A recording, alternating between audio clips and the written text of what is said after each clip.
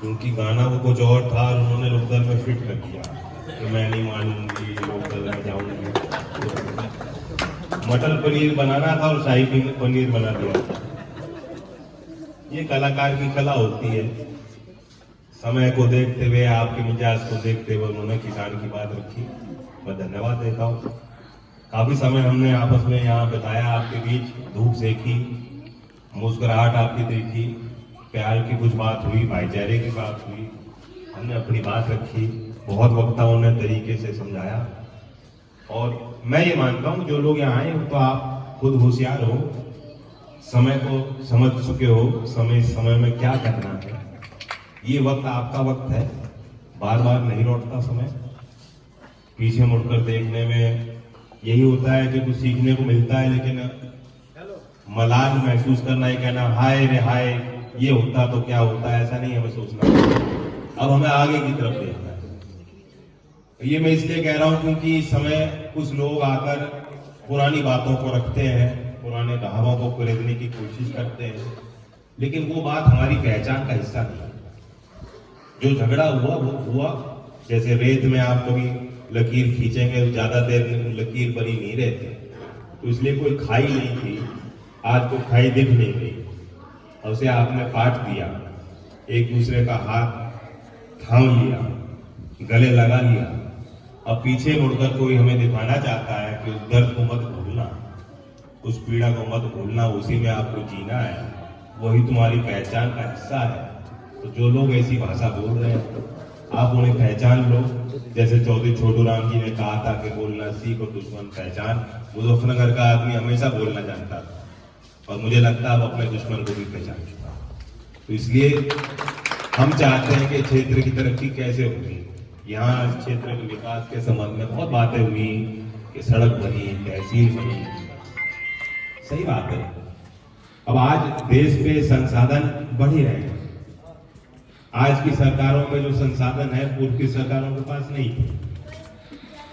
अब कोई ये क्लेम करे कि हमने बहुत ज्यादा विकास किया जो पिछली सरकार नहीं कर पाई, पिछली सरकार के पास वो संसाधन नहीं थे, लेकिन तब भी जो काम हुआ, जो काम यहाँ गिनाए गए वो व्यवहारिक काम, कम संसाधनों में ऐसे काम हुए जिसका लाभ आपको आज भी मिल रहा है। 6 साल पहले जो सड़कें बन गई वो शायद सड़क का स्वरूप उनका है। आज आप देखते हो सोशल मीडिया पे सड़क नई ताजी बनी, लाखों के करोड़ों की लागत से, और एक आदमी उसको ऐसे उठा रहा है और सड़क की पूरी परत उखड़ती चली जा रही है। आज के कामों की क्या गुणवत्ता है वो आपके आगे है। मुख्यमंत्री जी कहते हैं कि हमने गड्ढा मुक्त सड़क बना दी। पहले उन्होंने डेडलाइन दी थी कि इस समय तक गड्ढा मुक्त सारी प्रदेश की सड़कें हो जानी चाहिए, और वो तारीख चली गई। फिर अखबार में उन्होंने खबर निकाली कि उन्होंने बहुत धमकाया, सारे अधिकारियों को बुलाकर समीक्षा ली। तो ये आपने देखा ना किस तरह से आप उलझा के रखते हैं। मुख्यमंत्री पहले घोषणा करते हैं, घोषणा पूरी होती नहीं, फिर वो उसकी समीक्षा करते हैं, फिर अधिकारियों को धमकाते हुए दिखते हैं, और फिर अगली तारीख लग जाती है। जैसे कोर्ट में तारीख पे तारीख इनके वादों की घोषणाओं की तारीख है। 2022 चल रही है, आपकी आय दुगनी हो चुकी थी। 2022 तक आपकी आय दुगनी होनी थी। 2015 में स्मार्ट सिटी का एक मिशन लॉन्च हुआ था। प्रधानमंत्री ने एक विजन तैयार किया था कि देश में 100 स्मार्ट शहर बन जाएंगे, जो आधुनिकता का एक प्रमाण होगा, नए उभरते भारत का प्रमाण होगा। कहाँ गए वो स्मार्ट शहर? मैं पूछना चाहता हूँ, कौन सा स्मार्ट शहर बन गया? एक भी बना होगा। अब कह रहे हैं अमृतकाल 25 साल, यानी गेंद आपके यहाँ पे है, उसे आगे फेंक। बात करेंगे कि या तो 70 साल पहले, कि 70 साल की सरकार है, दोष उनका है, जो काम नहीं हुआ वो दोष पुरानी सरकारों का है। और उनसे पूछो तुम क्या करोगे, 25 साल और इंतजार करो, तब देखना। जिम्मेदारी किसी काम की खुद नहीं लेनी है, किसी चीज का हिसाब नहीं लेना, सारी चीज आज बेच रहे हैं। इनसे पूछो तुम्हारी सरकार पे तुमने टैक्स बढ़ा दिया, वसूली बढ़ा दी, बिजली की दरें बढ़ा दी, गरीब आदमी पे बोझ हर स्तर पे बढ़ चुका है। इतने संसाधन तुम जुटा रहे हो, वो कहां तुम जुटा रहे हो? हिसाब तो दो, वो हिसाब नहीं। प्राइवेट स्कूल ही बेचने जा रहे हैं, सरकारी जो स्कूल है वो बेचने जा रहे हैं, प्राइवेटाइज करने जा रहे हैं। रेल बेच दी, एलआईसी बेच दी, हवाई अड्डे बेच दिए, सारी चीज नीलाम हो गई। और ये समीक्षा करते हैं कि और पता करो कि कौन से सरकारी उपक्रम है, कौन कौन सी सरकारी संपत्ति जिसे हम बेच सकते हैं। ये इनके सबसे बड़ा गुण है, बेचने वाला। आप लोग समझे नहीं, खुद ही बता रहे थे कि मैं बेचने वाला हूं, बेच दिया और आगे और बेचेंगे। आगे की सरकारों में पैसा क्या बचेगा, कौन सा संसाधन बचेगा कि सरकारी जो आमदनी हो वो आपके गरीब के लिए खर्च हो। हमारे देश में बराबरी नहीं है, बहुत बड़ा हिस्सा आज भी सरकारी योजनाओं का लाभ उठाता है। बहुत बड़ा हिस्सा देश का ऐसा है जो मुख्य धारा में नहीं है। सरकारी आंकड़े बताते हैं कि देश में कुपोषण की जड़ें कितनी गहरी हैं। सरकारी आंकड़े खुद ही बताती हैं।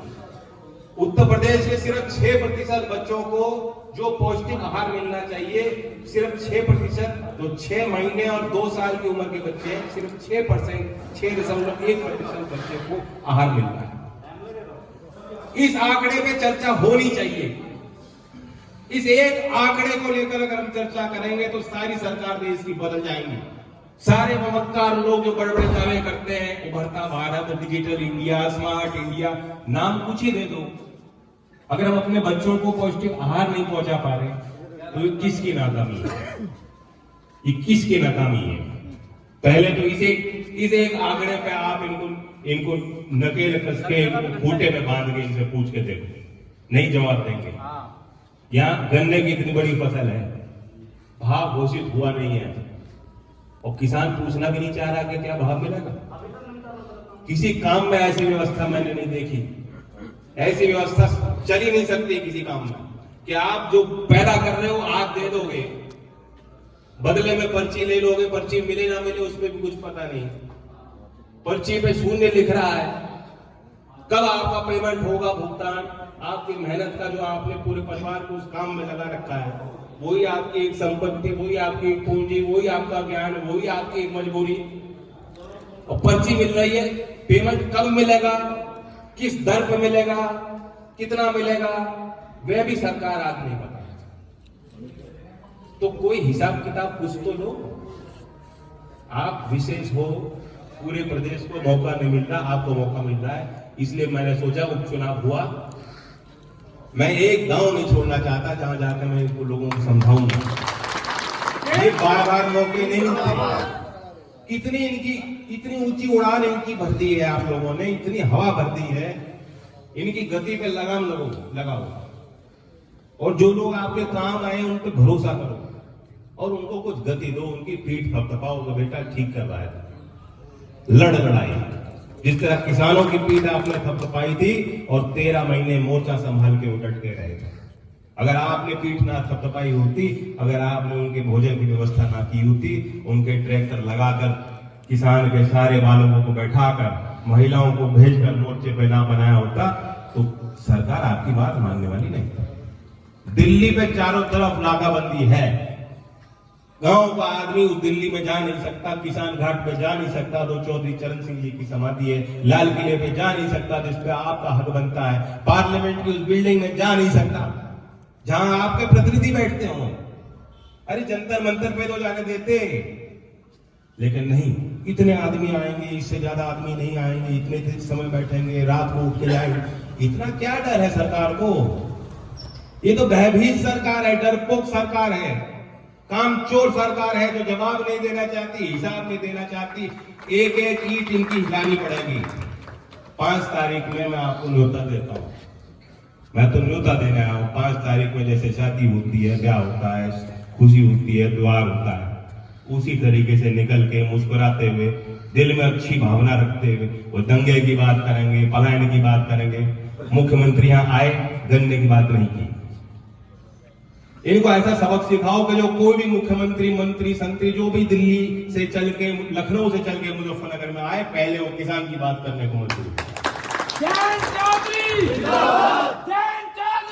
तो इस 5 में कोई कसर मत छोड़ना। मेरा सौभाग्य चौधरी अजीत सिंह जी के इस गाँव में आपके आज मुझे मौका मिल रहा है। बहुत समय हम आपके बीच रहे और आगे जो हमने बात रखी उसकी लाज रखा। बहुत बहुत धन्यवाद चौधरी साहब ने।